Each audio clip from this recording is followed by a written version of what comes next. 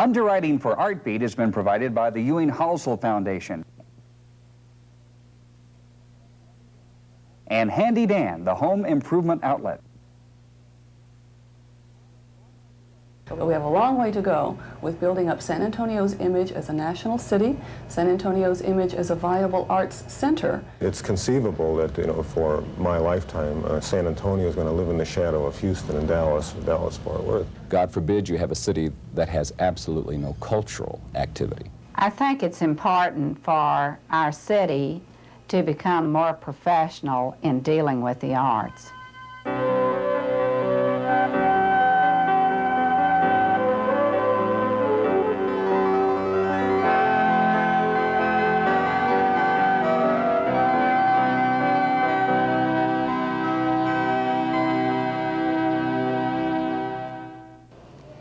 Good evening and welcome to Artbeat. I'm your host, Stephen O. Sellers, coming to you not from an Aztec temple, but from the Aztec Theater, soon to be the new home of the San Antonio Symphony. Now that is a bold commitment to the future on their part. But what does the future hold for them? Tonight on Artbeat, we take a look at San Antonians' attitudes toward their art and what the future may bring, more growth or growing pains.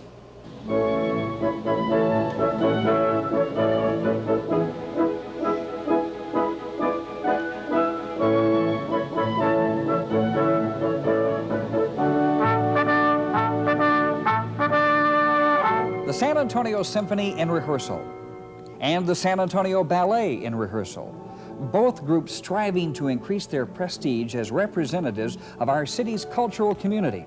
They're joined by still other organizations working earnestly to achieve recognition and to expand San Antonio's role in the national artistic scene. And yet, despite their efforts, there still exists an unclear picture, both nationally and locally, as to the degree of professionalism in our artistic community.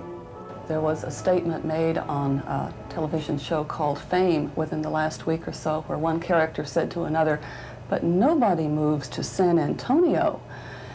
Imagine what this, perpetuates in the way of an image for our city. I think that San Antonio has in some people's minds, a kind of a pleasant, sleepy, middle-sized town picture.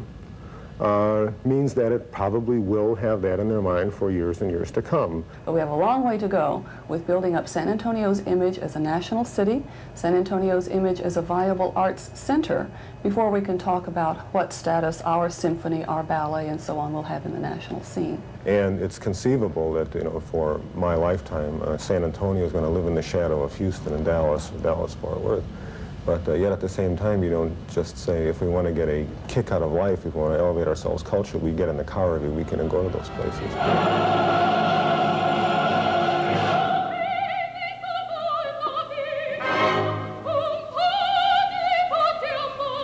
An example of the problems plaguing our city can be seen in last year's San Antonio Festival. The visiting press generally had a nothing good could happen in San Antonio attitude. Even local support was not as complete as would be hoped. Festival director Parvan Bakardiev, in every way the eternal optimist, still had several occasions to shake his head in despair at how his efforts were received.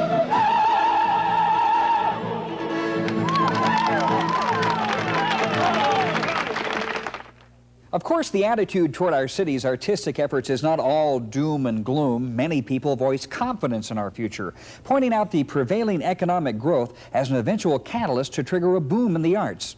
It's happened before in our city's past. Perhaps a lesson could be learned from a look back at the circumstances that led to the cultural prestige San Antonio enjoyed at the turn of the century. San Antonio, just after the Civil War.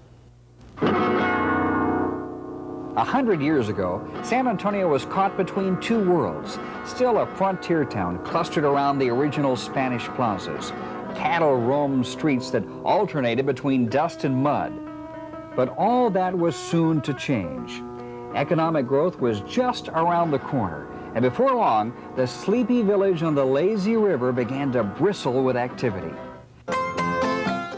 People from throughout the area came to San Antonio to spend their money, and cowhands bought whiskey and adventure, while their bosses, the ranch owners, sought out amenities to make rural life somewhat more bearable.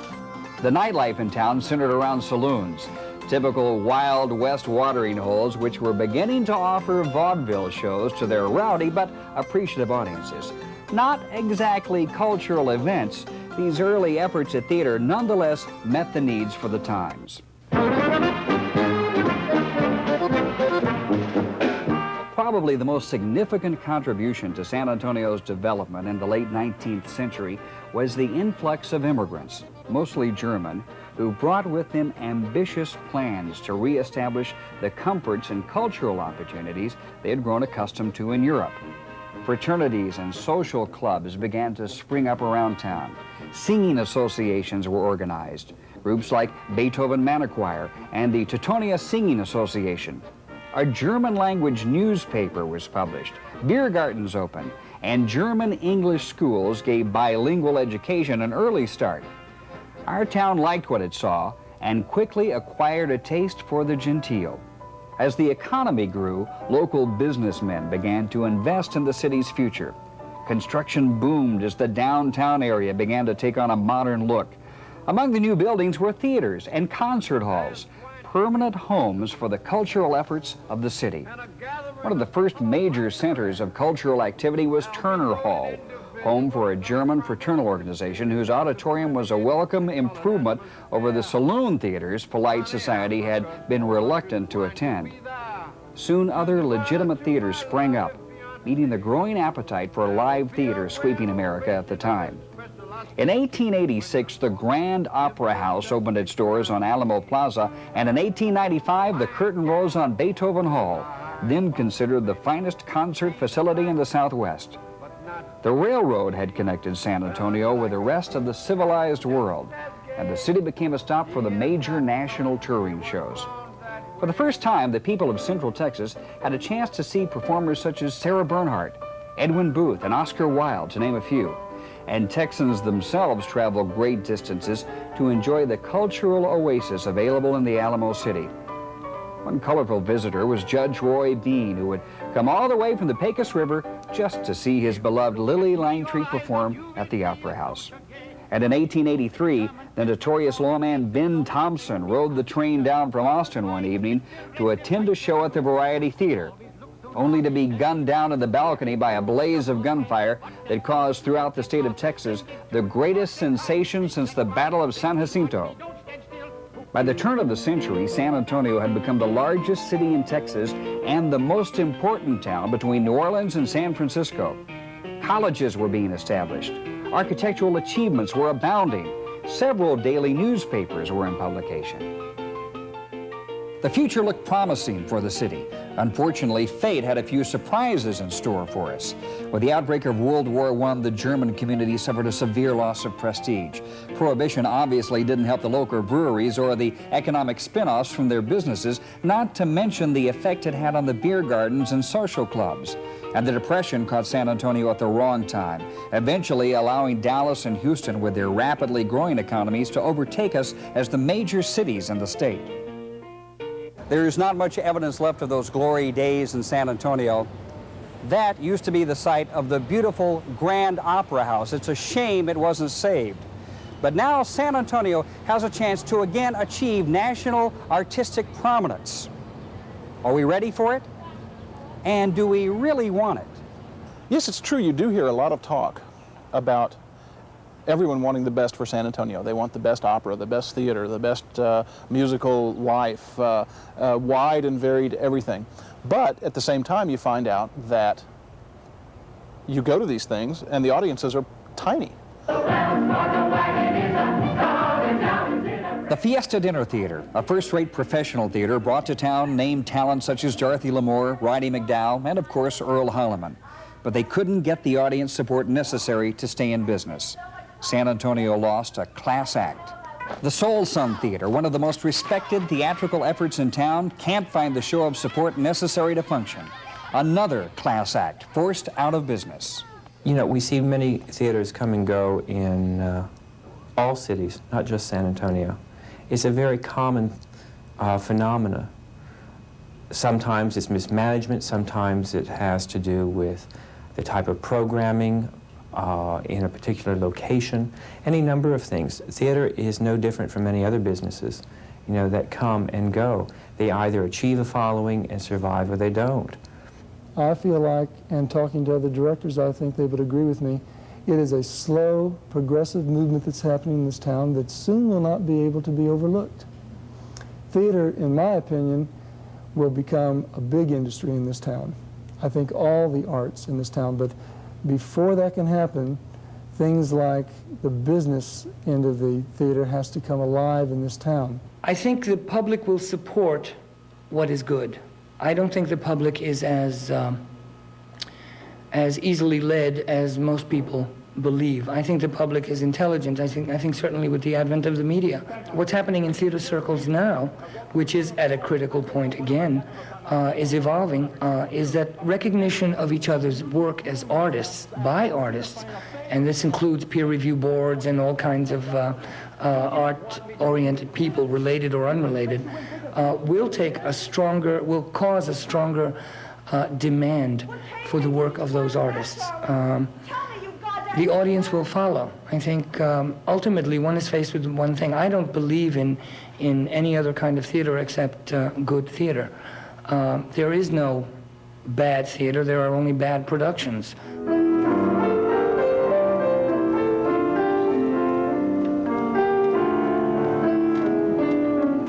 Like theater, dance is also working hard to build a supportive audience in our town. Only recently has San Antonio begun to show much interest in ballet or modern dance, much of that interest directed towards visiting artists. Local organizations like the San Antonio Ballet find the influx of touring dance companies to be a mixed blessing. This is an important season for the San Antonio Ballet because it's our 15th anniversary season.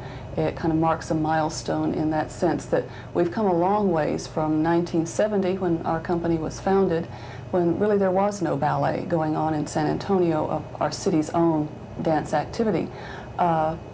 Companies coming in from outside were a once-a-year event, not always well attended, and that was really the beginning of what has since become known as the dance boom, which took over all of the United States. We now have so many dance events, other arts events coming in, whole series of performances, ours, symphonies, Majestic Theater, Society for the Performing Arts, many whole series to the point where now people sometimes have to sit down and make a decision. When you're talking about a city and the performing arts in a city, you need two things. You need local groups, like the San Antonio Ballet or the San Antonio Symphony, or the Kista Tucker's Dance Art SA, a small modern company that has grown up in the past 5 years. You also need groups like the Martha Graham Company or the Maria Benitez Estampa Flamenca, in order to let people see what is being done in dance in other parts of the country. You need both things for a major city. This past year, we brought in very important modern companies, such as the Martha Graham Company, who was seen here for the very first time, and the Twyla Tharp Dance Company, another major company in our country. We gave an opportunity to audiences to see these great dancers, and in the future we're building from there. We're helping to build audiences, and there is an audience out there. There's a big audience, and they want the very best handled in a professional manner.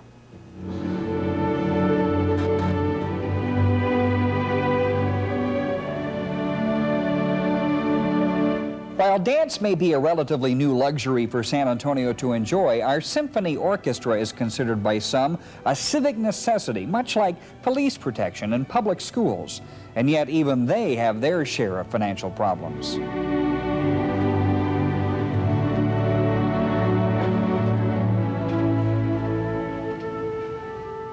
Well, there's been a lot of questions regarding the financial status of the San Antonio Symphony, and certainly there's been a lot of media exposure relating to what has been referred to as the symphony's cumulative deficit or debt elimination campaign. Really, I think I could sum that whole situation up by stating that, yes, the media reports about the deficit were accurate, and this was a condition that's been developing over a period of 5, 6, 7 years.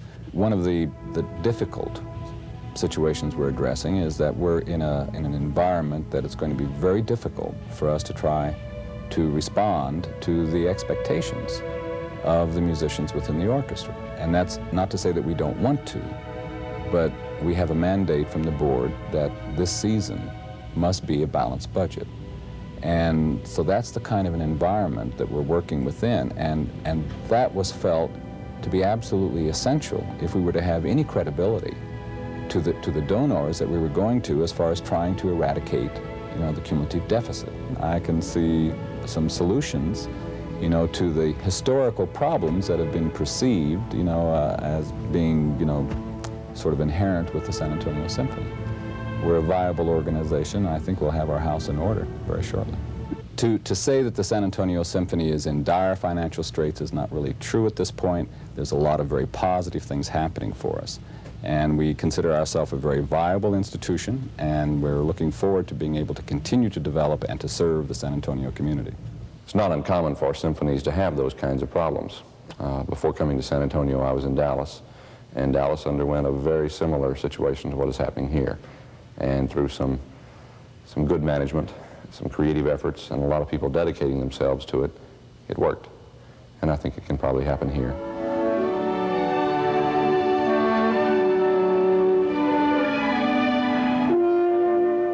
The problems of the San Antonio Symphony point to a growing concern within the art community: money. With operational costs skyrocketing and traditional funding techniques no longer sufficient, can the arts find new ways to underwrite their costs? I think we're going to have to survive. The things that we did in the past are not going to be adequate in the future.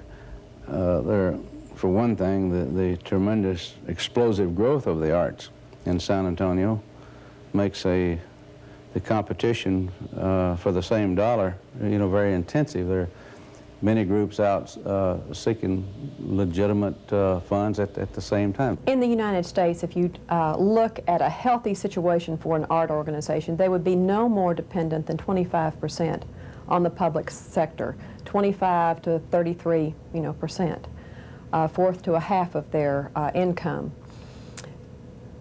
Business support would be another third, and then the money they got from revenues and ticket sales would also be a third. The arts rarely support themselves. They don't run in the same way as Sears or Montgomery Ward's. It does take help by a lot of people. The private sector can never do it all. The public sector can never do it all. And the art organizations cannot be totally self-sufficient. I mean, yes, they could be, but that means that perhaps you'd be paying $50 for a symphony ticket.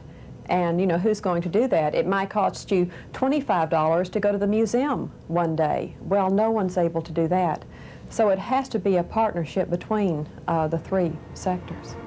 The city of San Antonio does underwrite the arts in a number of ways. Last spring, it contributed a major portion of the cost to create an original work by the Joffrey Ballet entitled Jamboree.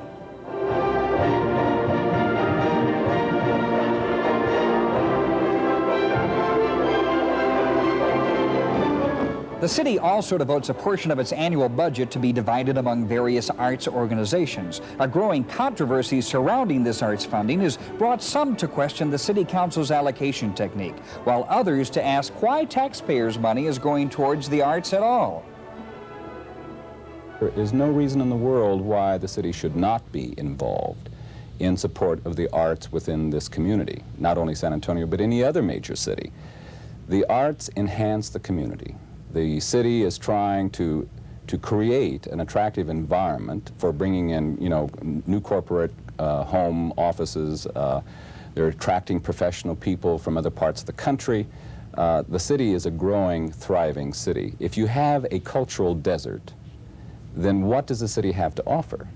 And there's a lot of your major corporations, and I have personally experienced this, where I have known for a fact that because of the fact that the symphony was a part of that community, major corporations came to that community as opposed to other options they had. I think an investment in the arts is a recognized part, a legitimate function of the government. The federal government does it, the state does it, and I think the city should, provided there are safeguards built in that the money is spent wisely. I think the city, if they expect to be responsible and to be able to enhance San Antonio as a place in which to live, should certainly have the same consideration as they do for other public services. You want a city with good streets. You want a city with good medical facilities. You want a city with good educational institutions. God forbid you have a city that has absolutely no cultural activity. So it is something that I think the city is very much involved in and should be involved in. I think it's important for our city to become more professional in dealing with the arts. That means that we have to become more educated. It's important for our city council, our mayor, and the people that live in our city to understand the needs of the arts. A source of support that's beginning to grow in significance is underwriting from local businesses. Corporations, I think, also are beginning to realize that more and more they have a vested stake in the community in which they operate. And in terms of providing a quality life for their employees and for the community as a whole. And the arts are a part of that quality life. And by providing and assisting the arts and providing a higher and more diverse quality of life for the entire community, they in fact help themselves. About the time that I moved to San Antonio, the Business Committee for the Arts was established. And they're starting to do some very fine things to awaken interest in the business community for the value of the support of arts. I think that's very important. I think the Arts Council is providing excellent leadership in not only working with the community organizations, but with the business organizations to get them more involved in supporting arts activities. One reason the Business Committee for the Arts was founded 5 years ago was the fact that in the budget of the arts organization, we found that they were about 60% dependent on public money. And it was felt that the private sector needed to take a more active role in that funding, because it was also very evident that the government funds were tenuous or could dry up at any time. Therefore, we started the Business Committee to stimulate private sector involvement in the arts. And the business community has begun to respond in a big way. SASA, for example, contributed towards the Joffrey performance last spring.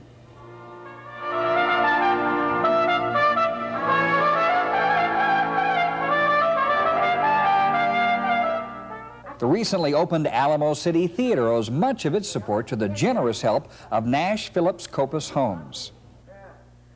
And last April, the Lauren Hollander residency at UTSA showed how creative financing can sometimes get with the involvement of private donations, the San Antonio Arts Council, the Texas Commission on the Arts, DataPoint, and USAA.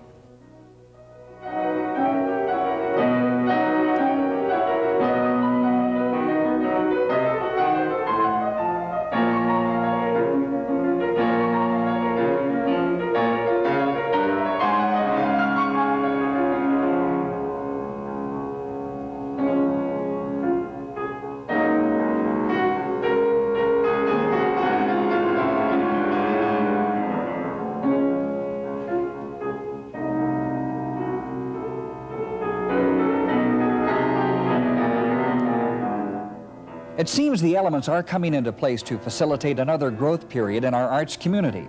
How the businesses, the city, and the audiences respond will determine what lies ahead for San Antonio. Always hard to predict the future, but there seems to be a great deal of activity and a great deal of interest in the arts here. It seems to me, although I've only been here 5 years, that it seems to be growing. I think there are always a lot of people who are anxious to mount new projects and expend new energies in the arts. Some of those will survive, some of them won't. I think another problem has been jealousy amongst the arts organizations in San Antonio. I think we're all too small. All of the arts organizations, including the big institutions like the Symphony or the Museum Association, are too small to be able to be afraid of each other. We need to realize that only by cooperative ventures, cooperative marketing techniques, cooperative advertising, very real daily cooperative exercises can all of us survive. We are now bringing in so many companies from all over the United States into San Antonio with the advent of the San Antonio Festival, making really fine music and opera available to the public. They can go to the Arneson's River Theater and see an opera last year, perhaps to interest some people who were maybe intimidated by the arts before. The Museum of Art in San Antonio continues to be heralded by people that I visit in other parts of the country as a really nifty thing that we've done here. And I contend it is as well. It's a great structure. It has good programming. It's changed its directors and the like, but all without that disturbing hiccup or pause in activity. It's all been just quite good. The McNay, and this is not to slight any other effort in San Antonio, but the McNay indeed is a gem of world status. I'm very pleased with the amount of art interest I find here. Perhaps we haven't reached yet the level of maturity of some other cities, but I see all of the factors in place to reach that maturity. Everything seems to be here. It's just a matter now of keeping moving ahead. The qualities that are evident in the things that I see here are quite good, and the avenues are still open. That's, I expect, a reason that many people are coming to San Antonio for business and for perhaps as they would be performing artists, visual artists, and the like. It may still be at the proper size where one can hear their heart beat in a quiet room and get some creative work done. And there's a more and more sophisticated audience out there that can have a dialogue with your work or with you, if that's what you choose. So I'm quite pleased to be here. One is reminded of what Oscar Wilde told his San Antonio audience in those glory days. He said, "You do not honor art sufficiently, nor will you do so until you can see there is no nobler profession for your son to learn than the creation of the beautiful." Oscar Wilde advised San Antonians to encourage their young people to learn and practice art. He said they must not send to New York and pay heavily for goods which do not suit them and which do not satisfy their taste. They should instead learn to weave their own carpets, design their own furniture, and make their own pottery. The future is in our hands. We'll make of it what we will. We leave you now with a preview of next week's Art Beat. We'll see you next Wednesday at 6:30. Until then, good night.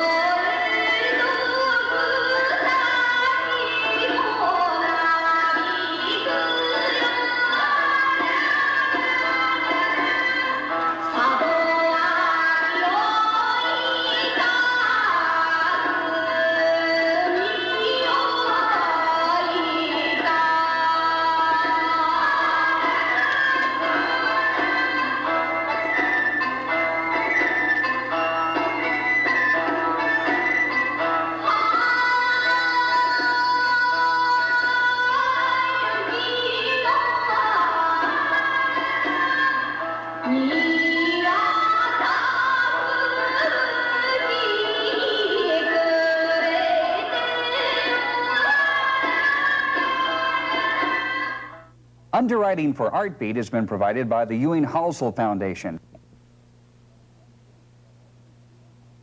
and Handy Dan, the home improvement outlet.